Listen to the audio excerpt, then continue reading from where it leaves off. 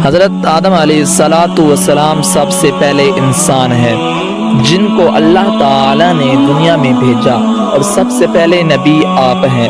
آپ ہی کی اولاد ساری دنیا میں پھیلی۔ آپ کا ذکر قرآن پاک میں 19 بار آیا ہے۔ جب اللہ تعالی نے دنیا کو آباد کرنے کا ارادہ کیا تو اس نے فرشتوں سے کہا، میں دنیا میں اپنا ایک نائب خلیفہ بنانا چاہتا ہوں۔ فرشتوں نے کہا، اے اللہ، تو دنیا میں ایسے شخص کو نائب بنانا چاہتا ہے جو خرابیاں کرے اور خون کرتا پھرے؟ ہم تیری تعریف کرنے کے ساتھ تیری تسبیح اور پاکی بیان کرتے رہتے ہیں۔ اللہ تعالیٰ نے فرمایا، میں وہ باتیں جانتا ہوں جو تم نہیں جانتے۔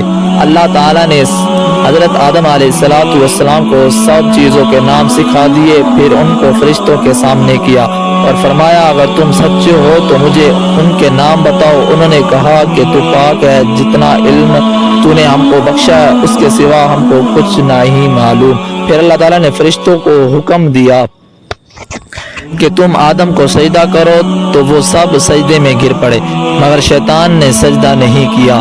اس کا ذکر پہلے بھی آیا ہے۔ اللہ تعالیٰ نے حضرت آدم علیہ السلام سے کہا کہ تم اور تمہاری بیوی جنت میں رہو اور جہاں سے چاہو کھاؤ پیو، مگر ایک خاص درخت کے متعلق حضرت آدم علیہ السلام کو منع کر دیا کہ اس کے قریب بھی نہ جانا ورنہ تم بھی ظالموں میں سے ہو جاؤ گے۔ اسی طرح اللہ تعالیٰ نے حضرت آدم علیہ السلام کا امتحان لیا کہ دیکھیں یہ ہمارا کہنا مانتے ہیں یا بھول جاتے ہیں اور شیطان کے بہکاوے میں آ جاتے ہیں۔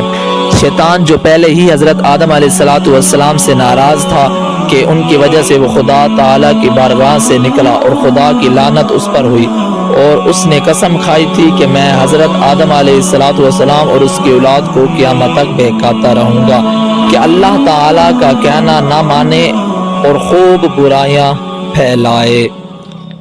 وہ حضرت آدم علیہ السلام اور ان کی بیوی حضرت حوا علیہ السلام کو برابر بہکاتا رہا کہ اس درخت کا پھل تم ضرور کھاؤ، اس کے کھانے سے تم فرشتہ بن جاؤ گے، جنت میں سے کبھی نہ نکلو گے۔ آخر ایک دن حضرت آدم علیہ السلام نے اور ان کی بیوی حضرت حوا بھول سے شیطان کے بہکاوے میں آ گئے، درخت کا پھل کھا لیا۔ پھل کھاتے ہی دونوں ننگے ہو گئے اور جنت کا لباس ان کے بدن سے غائب ہو گیا اور وہ جنت کے پتوں سے اپنے بدن کو چھپانے لگے۔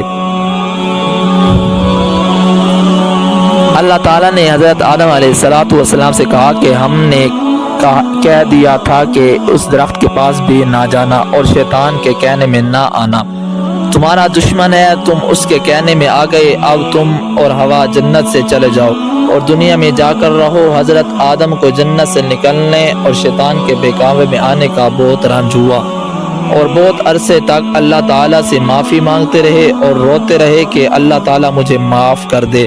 آخر اللہ تعالیٰ کو رحم آیا اور حضرت آدم کو یہ دعا سکھائی کہ اے ہمارے رب، ہم نے اپنے اوپر ظلم کیا اور تو ہم پر رحم نہیں کرے گا تو ہم بڑا نقصان اٹھانے والوں میں سے ہو جائیں گے۔ تو حضرت آدم نے یہ دعا بہت گڑ گڑا کر مانگی اور اللہ تعالیٰ تو بہت رحم کرنے والے ہیں۔ جب کوئی بندہ گناہ کر لیتا ہے اور سچے دل سے توبہ کر لیتا ہے کہ اے اللہ یہ گناہ تو مجھ سے غلطی سے ہو گیا، آئندہ ایسا نہ کروں گا، تو وہ معاف کر دیتے ہیں۔ چنانچہ حضرت آدم علیہ السلام کو بھی اللہ تعالیٰ نے معاف کر دیا اور پھر کہا کہ تم اور تمہاری اولاد دنیا میں رہو، اور یہ بات یاد رکھو کہ جب میری طرف سے کوئی نبی کریم صلی اللہ علیہ وسلم میری ہدایت لے کر تمہارے پاس آئیں تو تم اس کا کہنا ماننا، جو میرے بھیجے ہوئے نبیوں کا کہنا مانے گا اس کو پھر نہ کوئی خوف ہوگا اور نہ ہی کوئی غم ہوگا۔ جو لوگ میرے نبیوں کی بات کو نہیں مانیں گے اور ہماری آیتوں کو جھٹلائیں گے وہ دوزخ میں جائیں گے اور ہمیشہ اسی میں رہیں گے۔ اس کے بعد حضرت آدم علیہ السلام اور حضرت حوا علیہ السلام دنیا میں رہنے سہنے لگے، خوب دل لگا کر اللہ کی عبادت کرتے، ان کی بہت اولاد ہوئی اور دنیا میں سب جگہ آباد ہوتی رہی۔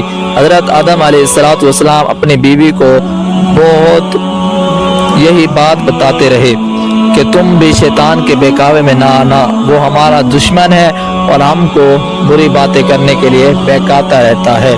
ہمیشہ اللہ کی عبادت کرنا، سچ بولنا، کسی پر ظلم نہ کرنا، ایک دوسرے کے نیک کاموں میں مدد کرتے رہنا۔ آخرکار حضرت آدم علیہ السلام 900 سال زندہ رہ کر وفات پا گئے۔